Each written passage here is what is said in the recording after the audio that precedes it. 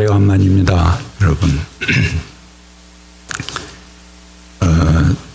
우리가 만남이 얼마나 소중한 것인가 하는 것을 경험하고 있습니다. 이 만남에 대해서 가장 실감나게 설명하는 것이 아마 불교의 연기설이 아닐까 생각합니다. 불교에서 사람의 만남이라는 것은 우연한 것이 없습니다.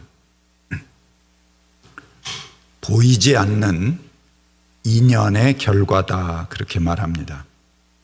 그러니까 전생의 만남들이 쌓여서 오늘 현생의 만남이 이루어진다, 그렇게 설명하는 것이죠. 한 번 옷깃을 스치는 인연, 모르는 사람인데 한 번 쓱 옷깃이 스치는 것은 전생에 500겁을 함께한 인연이다, 그렇게 말합니다. 부부의 연은 7000겁을 함께한 연이다. 부모 자식 간의 관계가 맺어지는 것은 8000겁을 함께한 그런 것이고, 스승과 제자의 연이 맺어지는 것은 1000겁을 함께한 연이다라고 말합니다. 여기서 겁이라는 것은 천지가 한번 개벽하고 다음 개벽할 때까지의 시간을 말합니다. 그러니까는 이 강산이 다 닳아서 없어질 때까지의 무한히 긴 세월이 바로 겁입니다. 그러니까 옷깃 한 번 스쳐도 500겁을 함께한 그런 연의 표출이다, 그렇게 보는 것이죠. 그러니까 우리가 만나는 것은 그냥 서로 돌아다니다가 스치는 것이 아닙니다. 보이지 않는 끈으로 묶여 있다 하는 말이죠. 인연할 때 인자는 이날 인자, 연자는 가선 연자입니다. 그래서 실사변에 쓰는 것이거든요. 그러니까 이 줄로, 끈으로 묶여져 있다 하는 것입니다. 지금 여기서 한 번의 만남은 이미 수많은 세월을 함께 해온 결과로 나타나는 것입니다. 또 한편으로는 지금의 만남은 미래의 수천 몇 번이 될지 모르는 번의 그 만남을 결정지는 열쇠다 하는 것이죠. 그러니까 지금이라는 시간은 과거의 결과이기도 하고 또 새로운 인연의 출발점이기도 합니다. 그러니 그 낯선 사람을 만나서 그에게 내가 미소를 던지느냐 아니면은 얼굴을 찌푸리느냐 하는 것은 앞으로 판이한 결과를 낳는 출발점이기도 한 것입니다. 지금 우리들의 만남은 앞으로 억겁의 미래의 만남을 가닥짓는, 그래서 지금 맺기도 하고 풀기도 하는 그 열쇠라는 것입니다. 지금의 만남이 악연이라고 생각될 때 우리는 쉽게 생각합니다. 에이, 내가 저 인간 안 보고 말지. 근데 그렇게 해서 끝나는 것이 아니라는 것이죠. 다음 생에 계속 악연을 더 깊게 쌓아가는 것이라는 말입니다. 지금 내가 던지는 말 한마디가 가슴 설레는 연분의 시작이 될 수도 있고, 또한 몸서리치는 악연의 출발점이 될 수도 있다는 말입니다.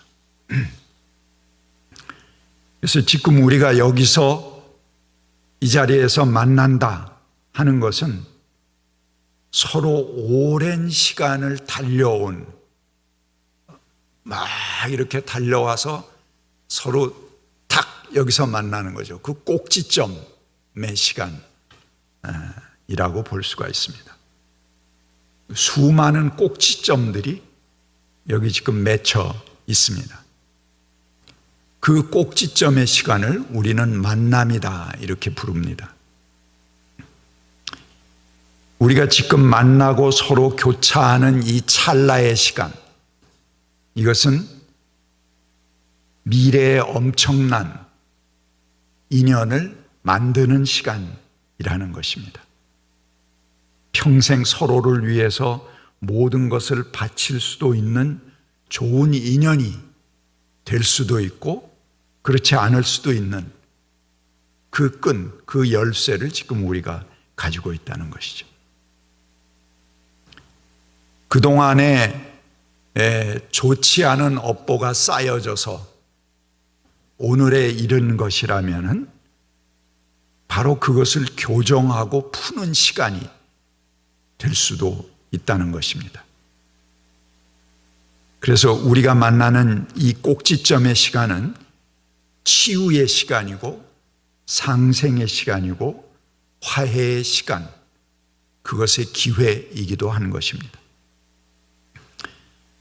우리가 미워하기도 하고 서로 헤어지기도 하지만 아무리 도망가도 계속 만나진다. 그러면 이건 이미 상당한 인연이 과거에 쌓여 있는 것이겠죠. 그래서 독한 말 한마디가 사람 안에 들어가면 평생의 한이 됩니다. 그 후에 아무리 좋은 몸짓을 하더라도 그것은 이미 눈 밖의 행위일 뿐입니다. 오직 행동만 존재하고 언어가 존재하지 않는 동물의 세계는 어쩌면 축복받은 세계일지도 모릅니다. 물론 동물학자들은 또 다르게 얘기하겠죠. 그거는 우리가 못 알아들을 뿐이지 그들은 그들 나름대로 언어가 있다 이렇게 설명할지도 모르겠습니다.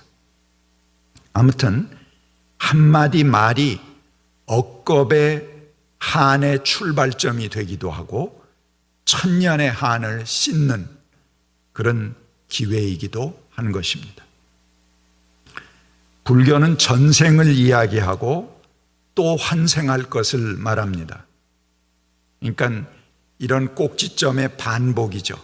이 만남이 계속 반복돼 나타나는 것입니다.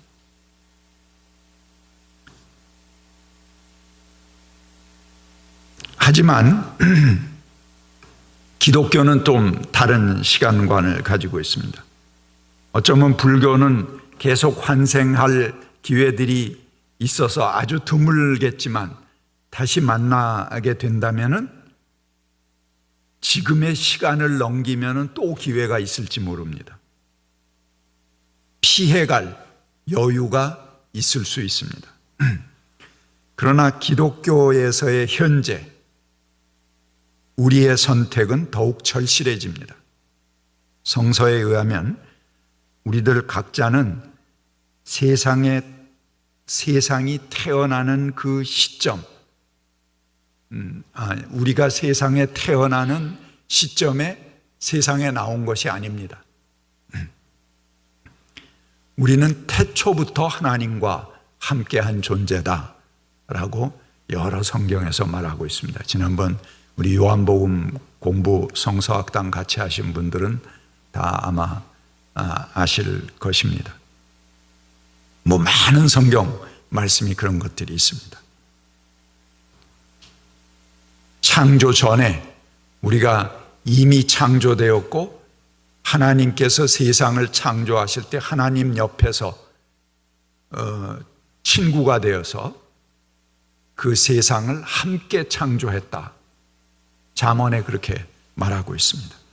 창조의 명공이 되어 하나님과 더불어 창조에 참여한 존재들이다. 그렇게 말합니다. 집회서 24장 9절에는 그는 나를 영원전 태초에 창조했다 라고 말합니다.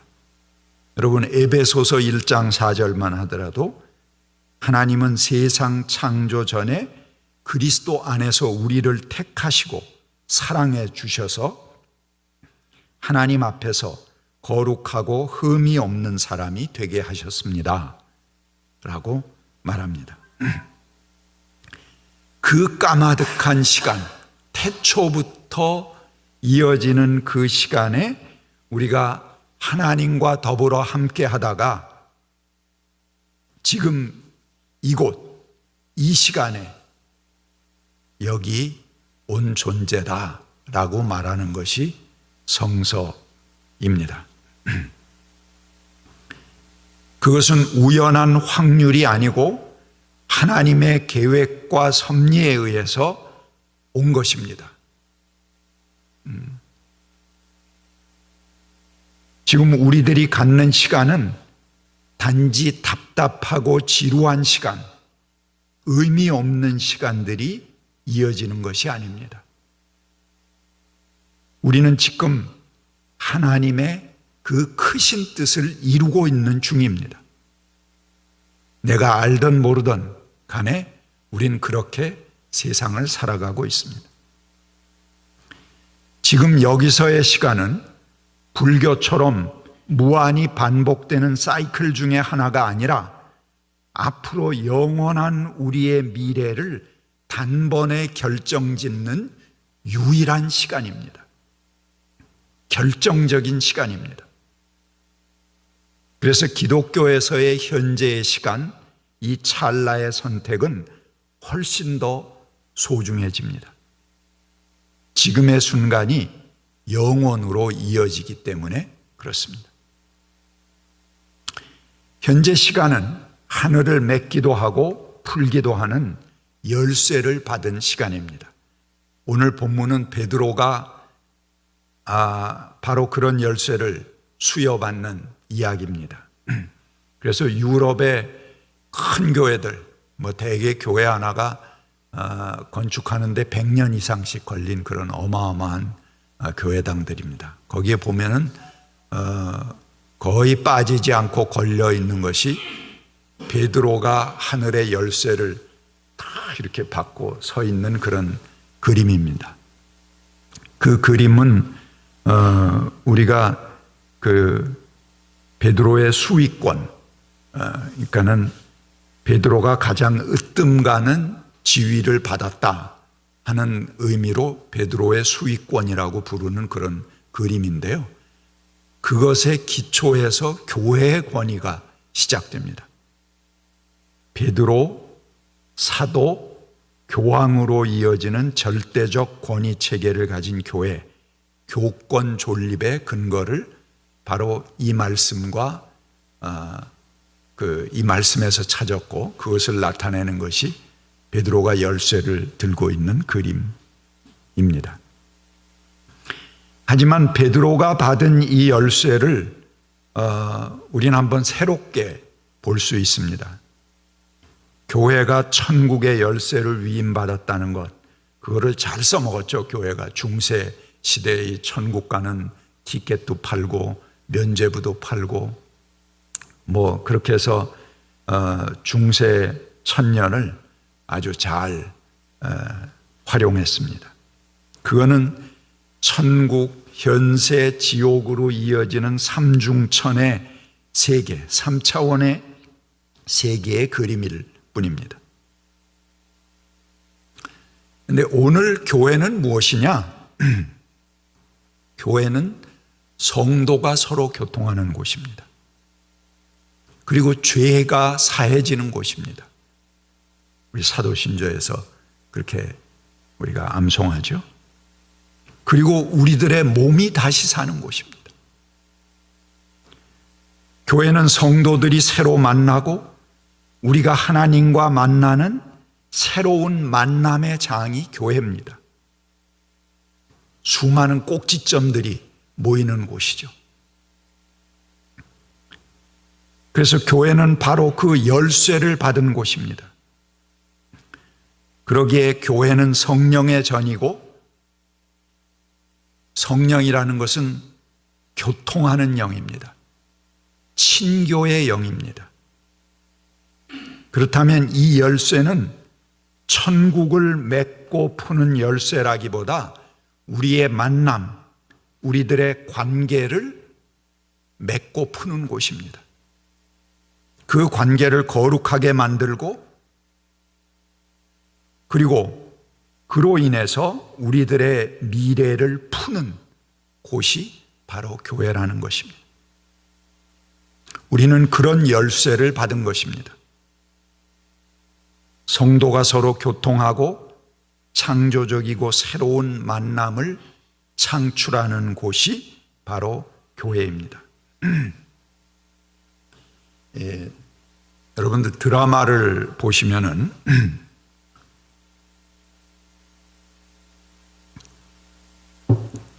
그 드라마의 주인공은 벌써 그 등장할 때부터 주변의 빛이 다릅니다.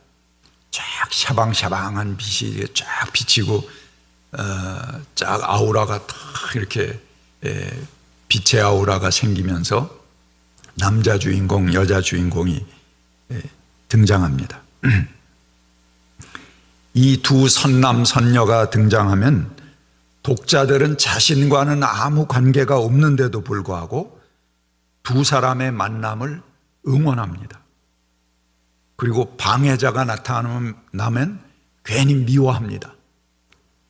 그리고 두 주인공이 사랑을 나눌 수 있도록 간절히 열망하죠. 하지만 한 쌍의 남녀 주인공이 아주 해피하게 만나는 시간만으로 드라마가 계속될 수는 없습니다. 그러면 굉장히 재미없겠죠. 그래서 반드시 방해자가 나타납니다. 회방자가 생기고 각종 음모와 모략으로 꼬이고 꼬여집니다.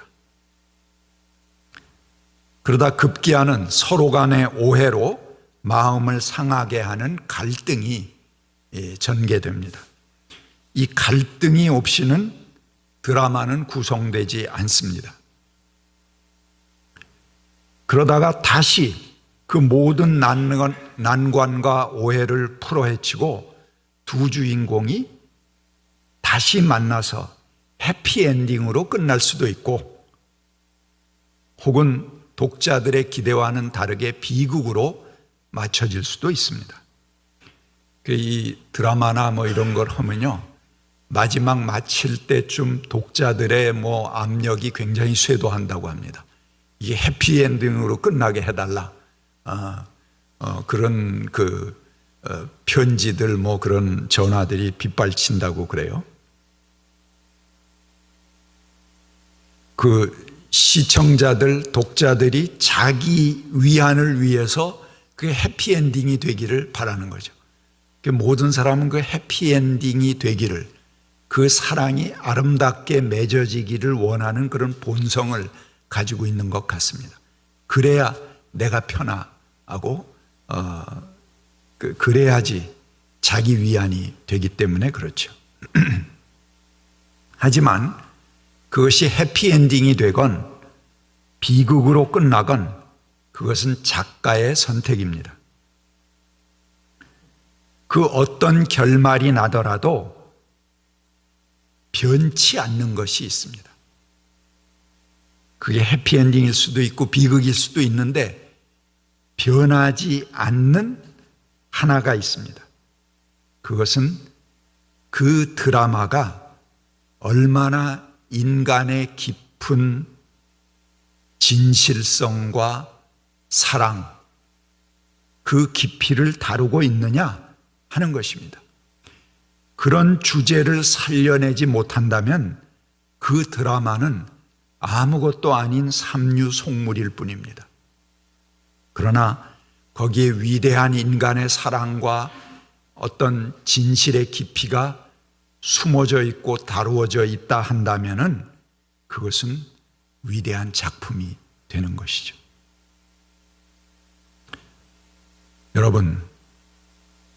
여러분은 지금 내 삶의 드라마를 어떻게 만들어 가고 계십니까?